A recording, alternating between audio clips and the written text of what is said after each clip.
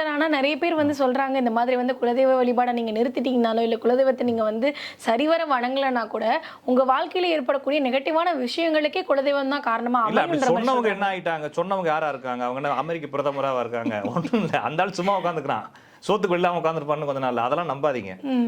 வெளிப்படையா மானசீகமாக என்னுடைய குடும்பத்துக்கு பின்னால ஒரு குலதெய்வம் இருந்துச்சு. எப்படி இருந்தாலும் என்ன காப்பாத்துன்னு சொல்றது வேற. நம்மளுக்குள்ள எப்படி இருந்தாலும் ஒரு வடிவத்துல இருக்கும். நான் சொல்றதுக்கு யாருமே கில்ட்டி ஃபீலிங் கொடுத்தாங்கன்னு நம்பாதீங்க. அப்படி கில்ட்டி ஃபீலிங் கொடுக்குறாங்கன்னா அவங்க நல்லா இருக்கிறவங்களா பாருங்க.